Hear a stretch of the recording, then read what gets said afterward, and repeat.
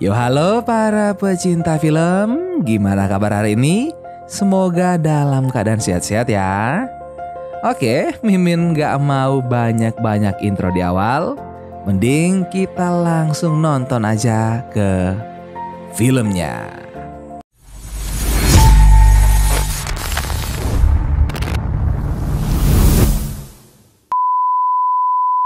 Film diawali dengan memperlihatkan seorang biksu bernama Tang yang bertubuh sangat besar. Biksu Tang dibangunkan oleh beberapa penduduk yang terlihat kecil. Lalu seseorang dari atas bangunan yang ada di sebelah biksu Tang memberitahunya bahwa biksu Tang sudah berada di tempat yang selama ini biksu Tang impikan, yaitu India. Beberapa saat kemudian, guru dari biksu Tang datang untuk memberi hadiah 22 sutra. Saat biksu Tang menggunakan sutra tersebut, tiba-tiba sutra itu seperti akan meledak. Scene kemudian berpindah memperlihatkan biksu Tang yang terbangun dari tidur dan ternyata kejadian sebelumnya yang terjadi adalah mimpi dari biksu Tang. Biksu Tang sedang menumpang pada sebuah tim sirkus dan biksu Tang diminta membayar untuk biaya perjalanannya oleh salah seorang dari tim sirkus tersebut. Biksu Tang kemudian didatangi oleh dua orang perempuan sambil membawa anaknya untuk melihat pertunjukan dari biksu Tang. Biksu Tang kemudian memperlihatkan Zubaji yang merupakan manusia siluman babi dan salah satu murid biksu Tang. Selanjutnya biksu Tang memperlihatkan Sawujing yang merupakan siluman ikan. Namun saat melihat Sawujing, anak perempuan tersebut menangis ketakutan dan membuat ibunya marah kepada biksu Tang sehingga membuat orang-orang di sirkus tersebut berkumpul. Biksu Tang lalu meminta kesempatan untuk memperlihatkan pertunjukan dari salah satu muridnya yang bernama Sun Wukong yang merupakan siluman kera. Sun Wukong tidak bergerak dan membuat penonton semakin marah. Saat biksu Tang meminta Wukong untuk jungkir balik, Sun Wukong malah terjatuh dari atas pohon. Para penonton pun semakin marah hingga melempar mereka dengan sayur. Biksu Tang kembali membujuk Wukong untuk memperlihatkan kekuatannya dan menampilkan sebuah pertunjukan. Hingga akhirnya Wukong bangkit dan meminta Zubaiji untuk memukulnya. Namun Zubaiji menolak. Wukong kemudian mendatangi Wujing dan meminta Wujing untuk memukulnya. Hingga akhirnya Wujing memukul Wukong dan membuat kepala Wukong terlempar. Namun ternyata kepala Wukong dapat tumbuh kembali dan membuat para penonton di tempat sirkus tersebut menjadi tercengang. Biksu Tang kemudian meminta Wukong dan Wujing untuk berhenti, namun mereka malah membuat kekacauan di tempat sirkus itu. Setelah kekacauan yang dibuat oleh 3 murid Biksu Tang itu, Biksu Tang kemudian meminta Wukong untuk meminta maaf atas kekacauan. Wukong yang sangat penurut pun mengikuti instruksi gurunya. Namun tiba-tiba Wukong meminta Biksu Tang berhenti memanggilnya dengan sebutan kera nakal.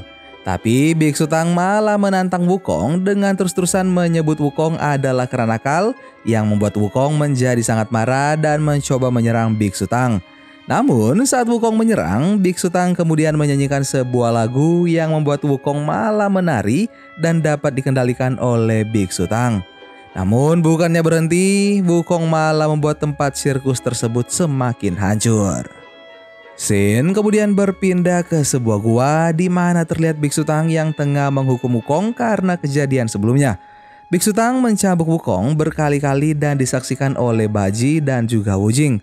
Karena sangat marah, Biksu Tang terus-menerus memukuli Wukong dan mengatakan kepada Wukong untuk membunuh dirinya dengan membuka mulut Wukong lebar-lebar dan menyuruh Wukong untuk menggigitnya.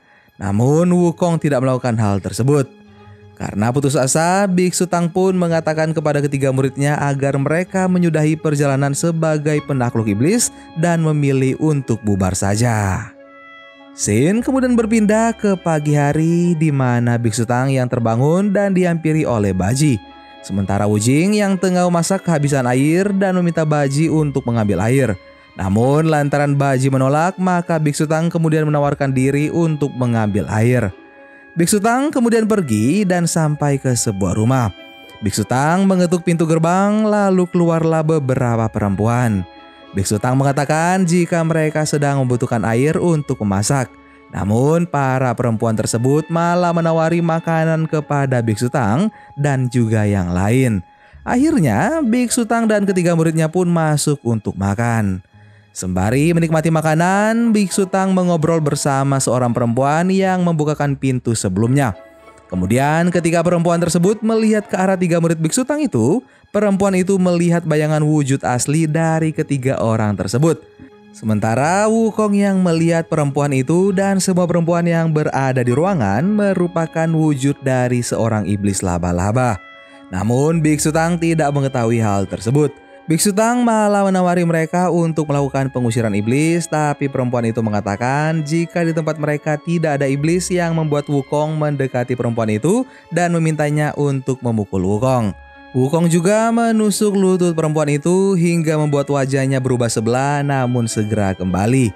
Wukong terus mendesak perempuan itu untuk memukulnya. Tapi malah Wujing yang memukul Wukong dan membuat Biksu Tang marah kepada mereka dan meminta mereka untuk keluar dari tempat tersebut.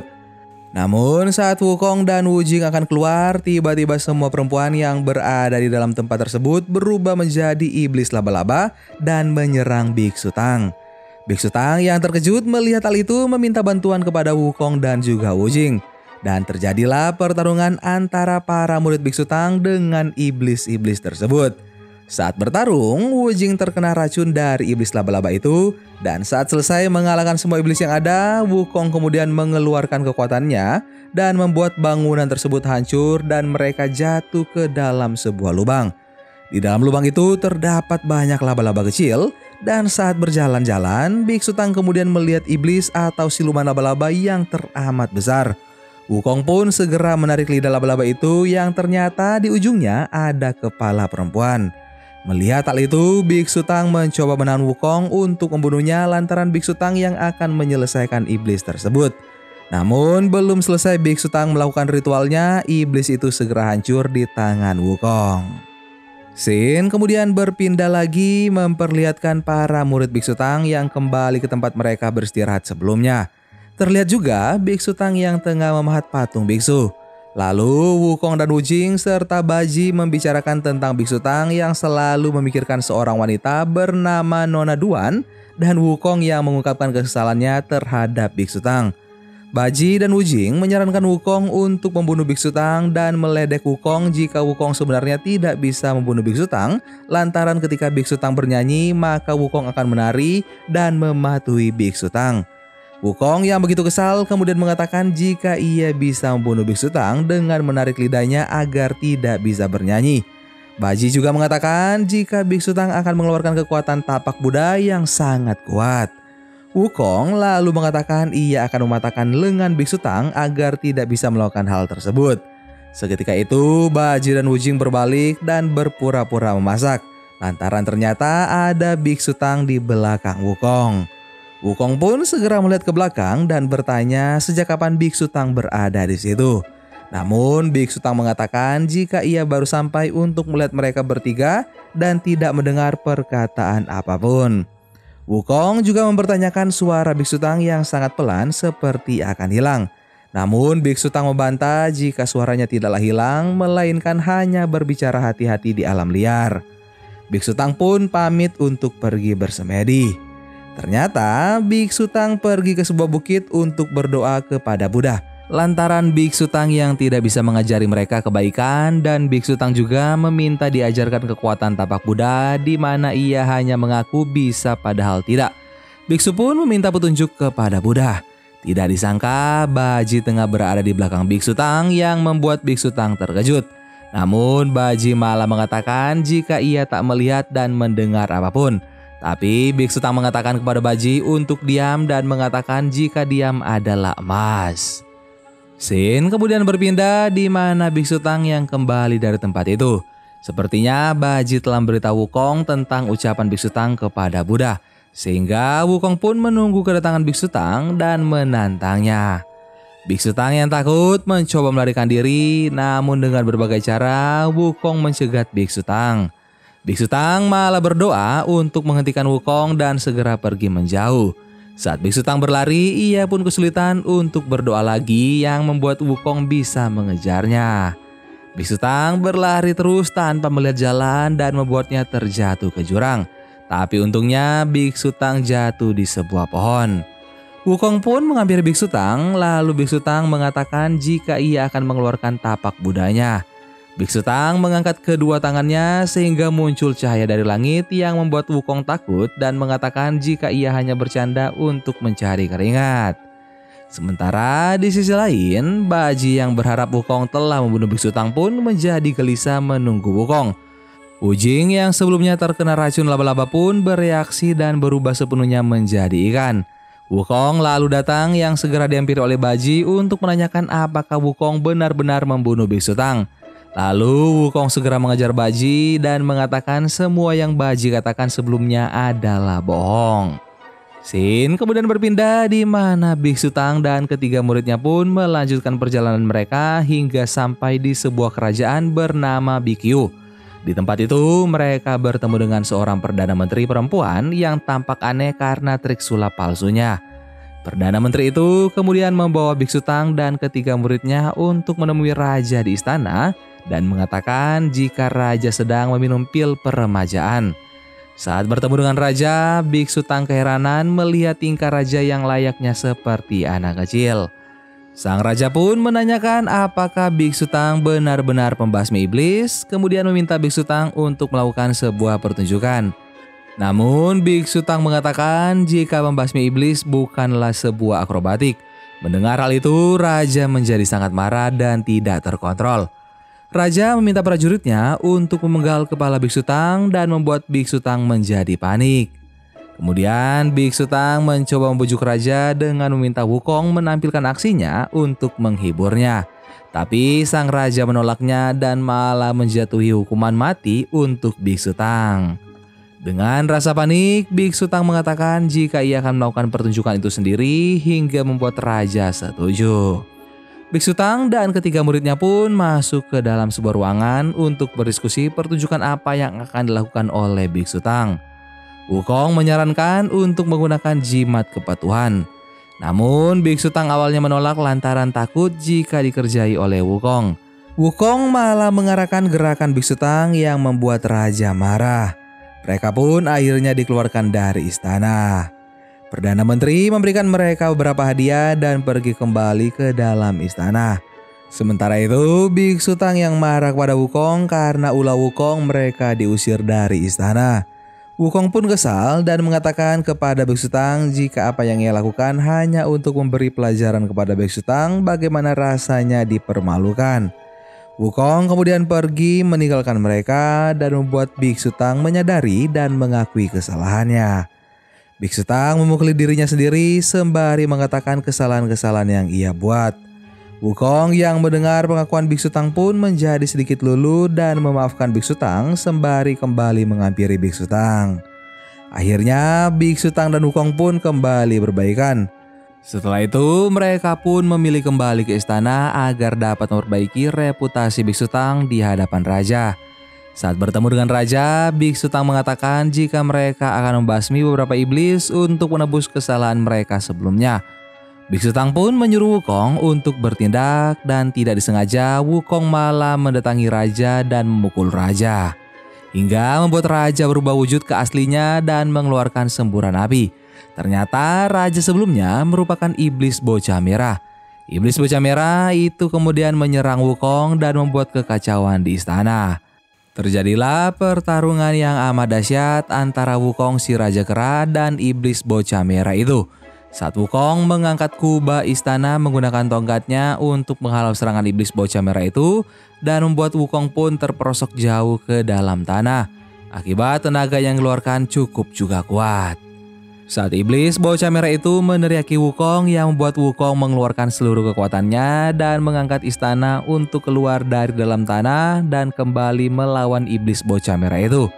Dengan seluruh kekuatan yang Wukong miliki, ia pun berhasil mengalahkan iblis bocah merah itu dan membuat iblis tersebut terlempar ke bawah. Dengan bantuan dari Wujing, iblis bocah merah itu pun akhirnya berhasil dibekukan dan melemparnya ke hadapan Wukong. Seketika itu juga mereka menemukan raja asli yang ternyata terkurung di dalam tanah dalam kerangkeng besi. Biksu Tang segera membuat iblis merah itu menjadi boneka kecil dan memberikannya kepada Perdana Menteri. Setelah kejadian tersebut, sang raja pun berterima kasih kepada biksu dan ketiga muridnya. Raja kemudian memberikan hadiah istimewa berupa 3.000 selir istana dan memberi biksu Tang untuk memilih salah satu dari mereka untuk menemani perjalanan biksu Tang ke barat. Tapi biksu Tang tidak serakah dan menolak hadiah tersebut. Biksu Tang malah meminta raja untuk membebaskan para selir tersebut dan raja menyetujuinya lantaran para selir itu sangat rakus dan jelek menurut raja. Usulan biksu Tang ditolak oleh para selir lantaran mereka mencintai raja dan meminta agar biksu Tang yang dikeluarkan. Sang raja mencoba menenangkan mereka dan mengatakan jika mereka bisa tetap tinggal. Sang raja kemudian memanggil seorang wanita di antara para selir itu. Perempuan itu bernama Felicity yang merupakan seorang penyanyi sehingga raja memintanya untuk menyanyikan sebuah lagu dan mengiringi kepergian biksu Tang dan juga yang lain. Ketika biksu Tang berpamitan, biksu Tang mendengarkan nyanyian dari Felicity yang mengingatkannya tentang Nona Duan dan membuat biksu Tang tercengang melihat pertunjukan Felicity. Setelah selesai, raja menawari apakah biksu Tang ingin membawa Felicity untuk menemaninya di perjalanan, tapi biksu Tang menolaknya lantaran tidak ingin Felicity menderita ketika mengikuti mereka di perjalanan. Mendengar jika biksu Tang tidak ingin membawa Felicity, sang raja pun sangat senang dan bertanya berkali-kali kepada biksu Tang, dan biksu Tang tetap pada pendiriannya untuk tidak membawa Felicity. Akhirnya sang raja pun setuju dan malah meminta agar Felicity dibawa ke kamarnya saja. Biksu Tang dan ketiga muridnya pun melanjutkan perjalanan. Ketika malam tiba, biksu Tang kembali memikirkan Felicity dengan hati yang bimbang. Hingga akhirnya biksu Tang tidak dapat menahan dirinya yang membuatnya kembali ke istana raja keesokan paginya untuk kembali bertemu raja dan membawa Felicity. Pada akhirnya biksu Tang pun dapat membawa Felicity. Di perjalanan, biksu Tang yang terlihat bahagia bersama Felicity, namun Wukong yang risih melihat kebersamaan mereka dan mencoba membawa biksu Tang berbicara empat mata saat mereka sedang beristirahat. Sementara di sisi lain, Baji yang terus menggoda Felicity pun dilempar oleh Wukong yang melihatnya, dan saat Felicity memberi minum kepada Wujing dan membuat Wujing bersin kemudian berubah wujud seperti semula. Sementara Wukong dan biksu Tang yang sedang berbicara sembari buang air kecil, Wukong menanyakan mengapa Felicity lebih memilih menderita bersama biksu Tang dibanding menjadi ratu. Itu karena Felicity adalah iblis yang ingin memakan biksu Tang. Wukong juga mengatakan jika beberapa iblis mudah diketahui dan ada yang sulit diketahui. Wukong mengatakan lagi jika biksu Tang buta karena melihat kecantikan dari Felicity. Biksu Tang hanya mengabaikan ucapan Wukong. Scene kemudian berpindah memperlihatkan Felicity yang sedang mencari rambutnya di sungai. Setelah selesai, Felicity pun pergi dan menemui Wukong untuk mencari cermin. Wukong lalu memberikan sebuah cermin sambil keheranan mengapa wajah Felicity tidak berubah ketika di cermin. Wukong kemudian masih tidak percaya dan ingin membuktikan jika Felicity adalah iblis.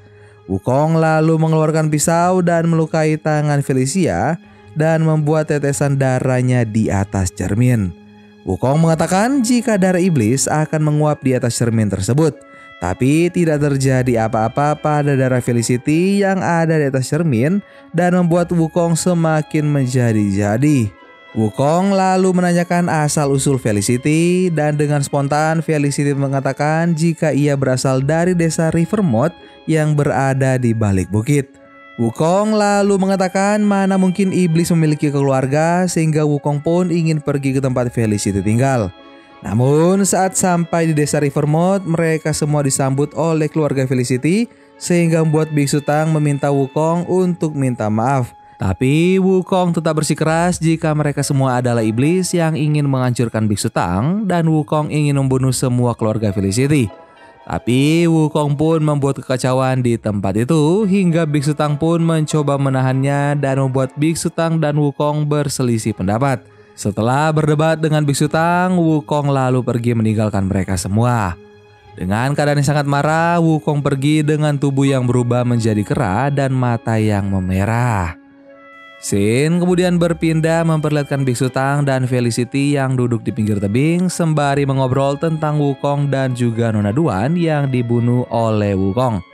Sementara itu, Wukong yang tadi pergi menghancurkan desa secara brutal dan membunuh semua orang. Lalu tiba-tiba datang Baji dan Wujing yang memberitahukan bahwa Wukong tengah mengamuk. Biksu Tang dan Felicity bergegas turun ke desa dan melihat desa yang sudah porak-poranda serta kematian orang tua Felicity. Sementara itu, Wukong yang duduk sembari tertawa mengesalkan mulai memancing kemarahan Biksu Tang.